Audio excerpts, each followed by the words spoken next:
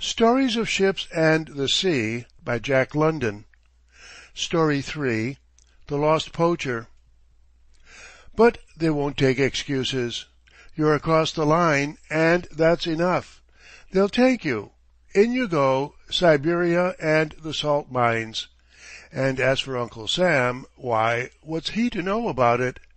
Never a word will get back to the States. The Mary Thomas, the papers will say, the Mary Thomas lost with all hands, probably in a typhoon in the Japanese seas.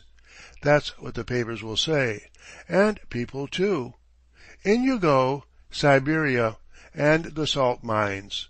Dead to the world, and kith and kin, though you live 50 years. In such manner, John Lewis, commonly known as the sea lawyer, settled the matter out of hand. It was a serious moment in the forecastle of the Mary Thomas. No sooner had the watch below begun to talk the trouble over than the watch on deck came down and joined them. As there was no wind, every hand could be spared with the exception of the man at the wheel, and he remained only for the sake of discipline. Even Bub Russell, the cabin boy, had crept forward to hear what was going on. However, it was a serious moment, as the grave faces of the sailors bore witness. For the 3 preceding months, the Mary Thomas sealing schooner had hunted the seal pack along the coast of Japan and north to Bering Sea.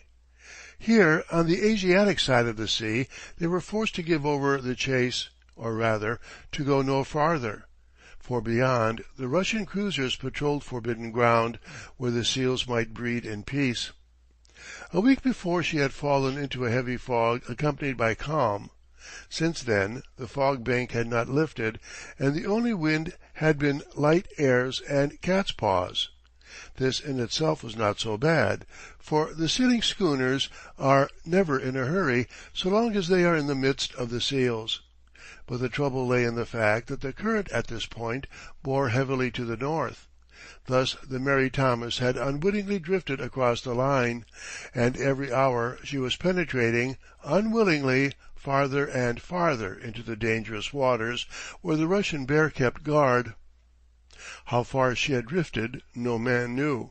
The sun had not been visible for a week, nor the stars, and the captain had been unable to take observations in order to determine his position. At any moment a cruiser might swoop down and hail the crew away to Siberia. The fate of other poaching seal hunters was too well known to the men of the Mary Thomas, and there was cause for grave faces.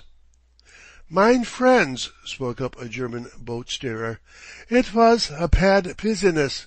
Shust as we make a big catch, und all honest, some dings go wrong, und the Russians nab us, take our skins and our schooner, und send us mit der anarchists to Siberia. Ach, a pretty bad business." "Yes, that's where it hurts," the sea lawyer went on. 1,500 skins in the salt piles, and all honest. A big payday coming to every man, Jack of us, and then to be captured and lose it all. It'd be different if we'd been poaching, but it's all honest work in open water." "But if we haven't done anything wrong, they can't do anything to us, can they?" Bub queried. "It strikes me as 'ow it ain't the proper thing for a boy o' your age shovin' in when his elders is talkin'," protested an English sailor from over the edge of his bunk. "Oh, that's all right, Jack," answered the sea lawyer. "He's a perfect right to. Ain't he just as liable to lose his wages as the rest of us?" "Wouldn't give thruppence for them," Jack sniffed back. He had been planning to go home and see his family in Chelsea when he was paid off, and he was now feeling rather blue over the highly possible loss, not only of his pay, but of his liberty. "How are they to know?" the sea lawyer asked in answer to Bub's previous question. "Here we are in forbidden water. How do they know but what we came here of our own accord? Here we are, 1,500 skins in the hold. How do they know whether we got them in open water or in the closed sea? Don't you see, Bub, the evidence is all against us. if you caught a man with his pockets full of apples like those which grow on your tree, and if you caught him in your tree besides, wouldn't you think if he told you he couldn't help it and had just been sort of blown there, and that anyway those apples came from some other tree? What'd you think, eh?" Bub saw it clearly when put in that light, and shook his head despondently.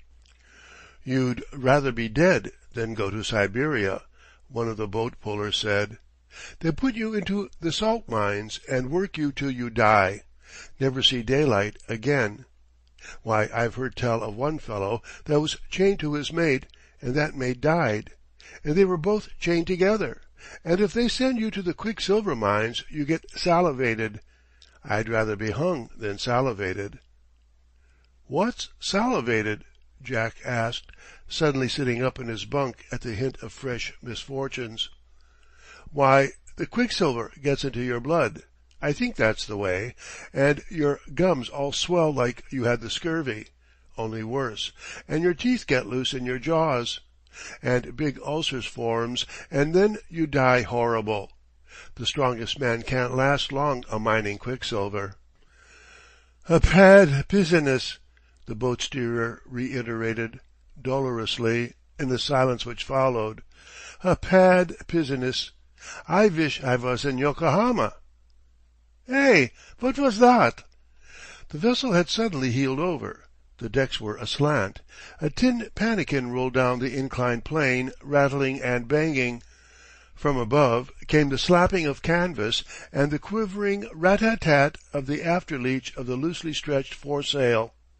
Then the mate's voice sang down the hatch, "All hands on deck, and make sail." Never had such summons been answered with more enthusiasm. The calm had broken. The wind had come which was to carry them south into safety. With a wild cheer all sprang on deck. Working with mad haste, they flung out topsails, flying jibs, and staysails. As they worked, the fog bank lifted, and the black vault of heaven, bespangled with the old familiar stars, rushed into view. When all was shipshape, the Mary Thomas was lying gallantly over on her side to a beam wind and plunging ahead due south. "Steamer's lights ahead on the port bow, sir," cried the lookout from his station on the forecastle head. There was excitement in the man's voice.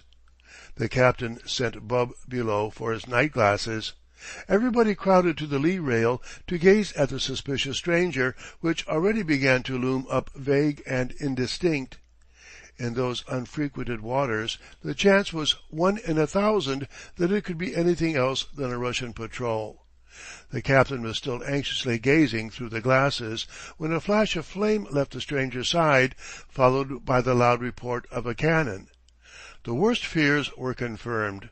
It was a patrol, evidently firing across the bows of the Mary Thomas in order to make her heave to. "Hard down with your helm," the captain commanded the steersman, all the life gone out of his voice. Then to the crew, "Back over the jib and foresail. Run down the flying jib. Clew up the fore topsail, and aft here and swing on to the main sheet." The Mary Thomas ran into the eye of the wind, lost headway, and fell to curtsying gravely to the long seas rolling up from the west. The cruiser steamed a little nearer and lowered a boat. The sailors watched in heartbroken silence. They could see the white bulk of the boat as it was slacked away to the water and its crew sliding aboard. They could hear the creaking of the davits and the commands of the officers. Then the boat sprang away under the impulse of the oars and came toward them. The wind had been rising, and already the sea was too rough to permit the frail craft to lie alongside the tossing schooner. But watching their chance and taking advantage of the boarding ropes thrown to them, an officer and a couple of men clambered aboard. The boat then sheered off into safety and lay to its oars. A young midshipman, sitting in the stern and holding the yoke lines, in charge. The officer, whose uniform disclosed his rank as that of a second lieutenant in the Russian Navy, went below with the captain of the Mary Thomas to look at the ship's papers. A few minutes later he emerged, and upon his sailors removing the hatch covers, passed down into the hold with a lantern to inspect the salt piles. It was a goodly heap which confronted him, 1,500 fresh skins, the season's catch, and under the circumstances he could have had but one conclusion. "I am very sorry," he said in broken English to the sealing captain, when he again came on deck, "but it is my duty, in the name of the Tsar, to seize your vessel as a poacher caught with fresh skins in the closed sea. The penalty, as you may know, is confiscation and imprisonment." The captain of the Mary Thomas shrugged his shoulders in seeming indifference, and turned away. Although they may restrain all outward show, strong men, under unmerited misfortune, are sometimes very close to tears. Just then the vision of his little California home, and of the wife and 2 yellow-haired boys, was strong upon him, and there was a strange, choking sensation in his throat, which made him afraid that if he attempted to speak he would sob instead. And also there was upon him the duty he owed his men. No weakness before them, for he must be a tower of strength to sustain them in misfortune. He had already explained to the second lieutenant, and knew the hopelessness of the situation. As the sea lawyer had said, the evidence was all against him. So he turned aft, and fell to pacing up and down the poop of the vessel over which he was no longer commander. The Russian officer now took temporary charge. He ordered more of his men aboard, and had all the canvas clewed up and furled snugly away. While this was being done, the boat plied back and forth between the 2 vessels, passing a heavy hawser, which was made fast to the great towing bitts on the schooner's forecastle head. During all this work the sealers stood about in sullen groups. It was madness to think of resisting with the guns of a man-of-war, not a biscuit toss away, but they refused to lend a hand, preferring instead to maintain a gloomy silence. Having accomplished his task, the lieutenant ordered all but 4 of his men back into the boat. Then the midshipman, a lad of 16, looking strangely mature and dignified in his uniform and sword, came aboard to take command of the captured sealer. Just as the lieutenant prepared to depart, his eye chanced to alight upon Bub. Without a word of warning, he seized him by the arm and dropped him over the rail into the waiting boat. And then, with a parting wave of his hand, he followed him. It was only natural that Bub should be frightened at this unexpected happening. All the terrible stories he had heard of the Russians served to make him fear them, and now returned to his mind with double force. To be captured by them was bad enough, but to be carried off by them, away from his comrades, was a fate of which he had not dreamed. "Be a good boy, Bub," the captain called to him, as the boat drew away from the Mary Thomas's side, "and tell the truth." "Aye, aye, sir," he answered bravely enough by all outward appearance. He felt a certain pride of race, and was ashamed to be a coward before these strange enemies, these wild Russian bears. "Und be politeful," the German boat steerer added, his rough voice lifting across the water like a foghorn. Bub waved his hand in farewell, and his mates clustered along the rail as they answered with a cheering shout. He found room in the stern sheets, where he fell to regarding the lieutenant. He didn't look so wild or bearish after all, very much like other men, Bub concluded, and the sailors were much the same as all other man-of-war's men he had ever known.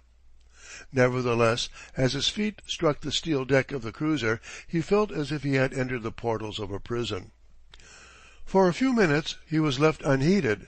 The sailors hoisted the boat up and swung it in on the davits. Then great clouds of black smoke poured out of the funnels, and they were under way. To Siberia, Bob could not help but think. He saw the Mary Thomas swing abruptly into line as she took the pressure from the hawser, and her side lights, red and green, rose and fell as she was towed through the sea. Bub's eyes dimmed at the melancholy sight, but just then the lieutenant came to take him down to the commander, and he straightened up and set his lips firmly, as if this were a very commonplace affair, and he were used to being sent to Siberia every day in the week. The cabin in which the commander sat was like a palace compared to the humble fittings of the Mary Thomas, and the commander himself, in gold lace and dignity, was a most august personage, quite unlike the simple man who navigated his schooner on the trail of the seal pack. Bub now quickly learned why he had been brought aboard, and in the prolonged questioning which followed told nothing but the plain truth. The truth was harmless. Only a lie could have injured his cause. He did not know much, except that they had been sealing far to the south in open water, and that when the calm and fog came down upon them, being close to the line, they had drifted across. Again and again he insisted that they had not lowered a boat or shot a seal in the week they had been drifting about in the forbidden sea. But the commander chose to consider all that he said to be a tissue of falsehoods, and adopted a bullying tone in an effort to frighten the boy. He threatened and cajoled by turns, but failed in the slightest to shake Bub's statements, and at last ordered him out of his presence. By some oversight, Bub was not put in anybody's charge, and wandered up on deck unobserved. Sometimes the sailors, in passing, bent curious glances upon him, but otherwise he was left strictly alone. Nor could he have attracted much attention, for he was small, the night dark, and the watch on deck intent on its own business. Stumbling over the strange decks, he made his way aft, where he could look upon the side lights of the Mary Thomas following steadily in the rear. For a long while he watched, and then lay down in the darkness close to where the hawser passed over the stern to the captured schooner. Once an officer came up and examined the straining rope to see if it were chafing, but Bob cowered away in the shadow undiscovered. This, however, gave him an idea which concerned the lives and liberties of 22 men, and which was to avert crushing sorrow from more than one happy home many thousand miles away. In the first place, he reasoned, the crew were all guiltless of any crime, and yet were being carried relentlessly away to imprisonment in Siberia. A living death, he had heard, and he believed it implicitly. In the second place, he was a prisoner, hard and fast, with no chance to escape. In the third, it was possible for the 22 men on the Mary Thomas to escape. The only thing which bound them was a 4-inch hawser. They dared not cut it at their end, for a watch was sure to be maintained upon it by their Russian captors. But at this end... at this end... Bub did not stop to reason further. Wriggling close to the hawser, he opened his jackknife and went to work. The blade was not very sharp, and he sawed away, rope yarn by rope yarn, the awful picture of the solitary Siberian exile he must endure growing clearer and more terrible at every stroke. Such a fate was bad enough to undergo with one's comrades, but to face it alone seemed frightful. And besides, the very act he was performing was sure to bring greater punishment upon him. In the midst of such sombre thoughts, he heard footsteps approaching. He wriggled away into the shadow. An officer stopped where he had been working, half stooped to examine the hawser, then changed his mind and straightened up. For a few minutes he stood there, gazing at the lights of the captured schooner, and then went forward again. Now was the time. Bub crept back and went on sawing. Now 2 parts were severed. Now 3. But 1 remained. The tension upon this was so great that it readily yielded. Splash! The freed end went overboard. He lay quietly, his heart in his mouth, listening. No one on the cruiser but himself had heard. He saw the red and green lights of the Mary Thomas grow dimmer and dimmer. Then a faint hallo came over the water from the Russian prize crew. Still nobody heard.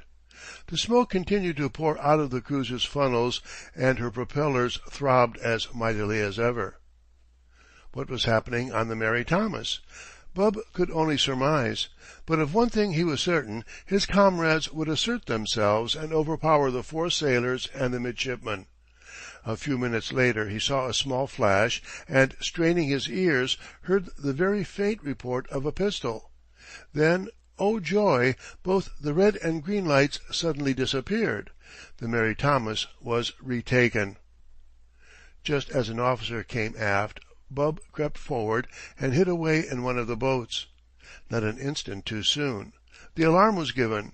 Loud voices arose in command. The cruiser altered her course. An electric searchlight began to throw its white rays across the sea, here, there, everywhere, but in its flashing path no tossing schooner was revealed. Bub went to sleep soon after that, nor did he wake till the gray of dawn. The engines were pulsing monotonously, and the water, splashing noisily, told him the decks were being washed down. One sweeping glance, and he saw that they were alone on the expanse of ocean. The Mary Thomas had escaped. As he lifted his head, a roar of laughter went up from the sailors. Even the officer, who ordered him taken below and locked up, could not quite conceal the laughter in his eyes. Bub thought often in the days of confinement which followed that they were not very angry with him for what he had done. He was not far from right. There is a certain innate nobility deep down in the hearts of all men which forces them to admire a brave act, even if it is performed by an enemy.